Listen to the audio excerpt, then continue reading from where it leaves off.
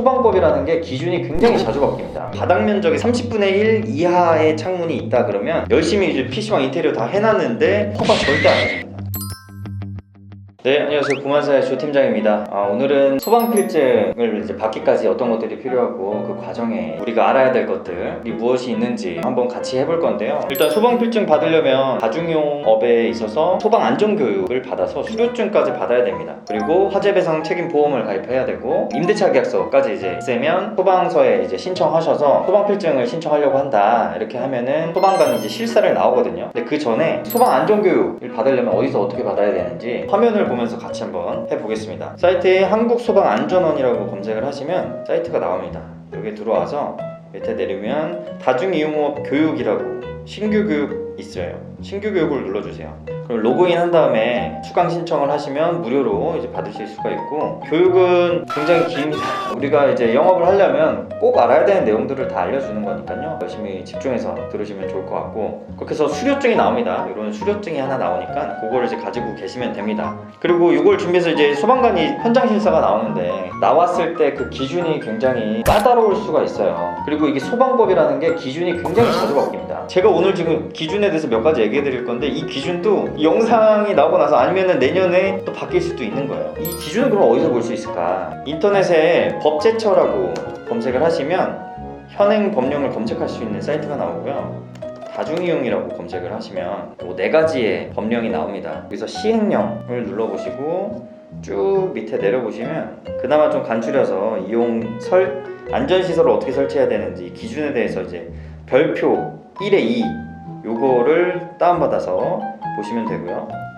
여기서 이제 4번째, 지금 3번째랑 4번째랑 이제 같죠. 여기 보면은 3번째 예라고 적혀 있고 시행 일자가 미래예요. 22년 6월 8일. 이건 이제 예정이라는 뜻입니다. 그러니까 이 시행 규칙에도 맨 밑에 내려보면은 별표 2번에 보면 설치 유지 기준이라고 있어요. 이것도 다운받아서 이제 좀 자세히 정립된 걸 볼 수가 있는데, 요거 2가지를 이제 보시면 될 것 같고요. 아까 그거랑 이렇게 복잡하다 보니까 보통 업체가 대행을 많이 해주거든요. 근데 이제 업체에서도 실수로 놓치거나 간과하는 부분들이 있어서 이 업체도 이제 잘하는 업체를 잘 선정을 하셔야겠죠. 제가 주요 기준 몇 개를 좀 알려드릴게요. 기준이 너무너무 많은데 하나하나 너무너무 세세한데, 그래도 PC방에서 주요적으로 이제 소방관이 와서 크게 보는 것들은 비상벨 경보 설비 일단 보고요. 피난 통로 사이즈를 재겠죠. 저희가 이제 파티션하고 파티션 사이에 그 통로가 120cm, 1.2m 이상이 나와야 됩니다. 근데 만약에 이제 PC방이 아니라 복도인데 코인 노래방 같이 이렇게 문이 열리는 그런 곳은 1.5m 이상 이렇게 통로를 확보를 해야 됩니다. 피난 통로로 여기는 거죠. 그래서 비상구 출구까지 나가는 그 통로가 1.2m 이상 되어야 됩니다.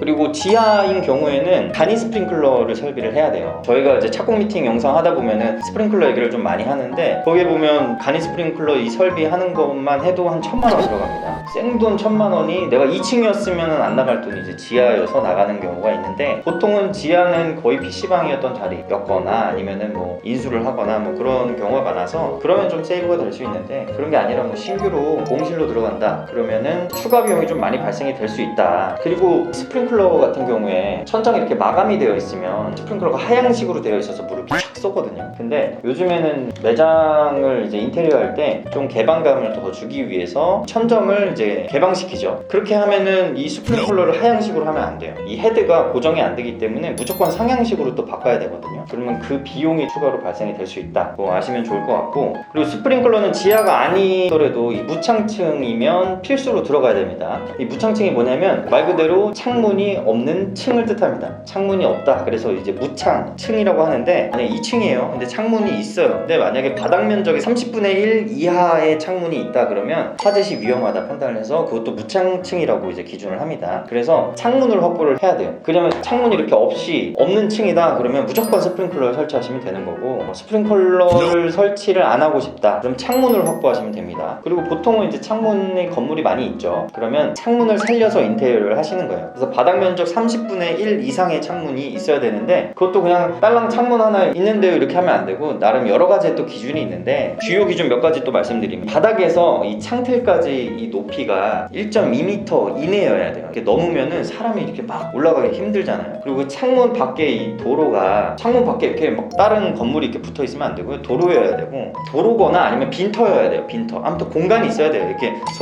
소방차들이 올 수 있게. 그래서 일반 도로는 4m, 그리고 막힌 평행 도로는 2m 정도의 이 공간이 확보되어야 무창층으로서 피난 출구로서 기능을 합니다. 그래야 허가를 받을 수 있어요. 열심히 이제 PC방 인테리어 다 해놨는데 알고 보니 이게 도로폭이 안 나온다 그러면 허가 절대 안 해줍니다. 이거 주의하셔야 되고, 그리고 유리 또한 화재 났을 때 소방관이 쉽게 깨고 들어올 수 있는 유리의 기준이 또 따로 있거든요. 그 기준에 맞는 유리를 시공을 해야 되고, 창살 같은 이제 장애물 같은 것들이 있으면 안 되겠죠. 이제 가장 중요한 거는 건물의 연면적이 이제 증가하는 거거든요. 증축 신고를 해야 됩니다. 하면 안 됩니다. 비상구로 인정을 받을 수 없고 들이닥쳐가지고 날라온단 말이에요. 이런 것들을 잘 지켜서 소방관의 허락을 받으셔야 됩니다.